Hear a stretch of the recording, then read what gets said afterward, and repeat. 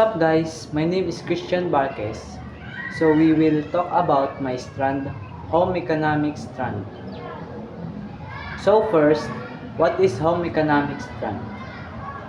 Home economics strand, it focuses on teaching you skills that can be useful in livelihood project, professions that can be considered after taking this strand are stylist, makeup artist, tour guide, baristas, baker, and industrial arts strand.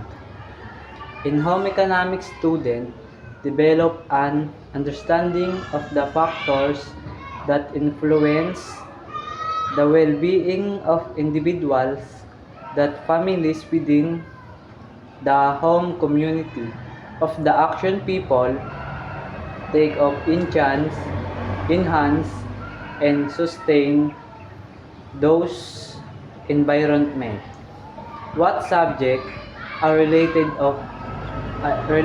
to home economics? This is the meaning and branches. First, food and nutrition, food, preparation and management. Second, clothing and textile. Third, home management. Subject in the home economics can also lead to national certification based on TESDA.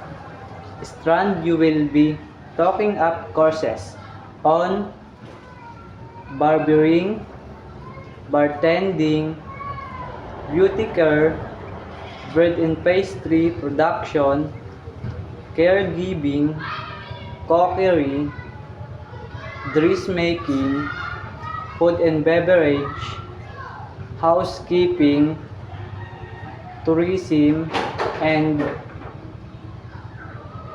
handicraft. What is the importance of home economics? Not only those home economics teach students about cooking and safety, but it also builds responsibility. It teaches teens to use the techniques they learn plus in their home life. When teen learns how to take care of their household, themselves, it helps them to become more responsible at home.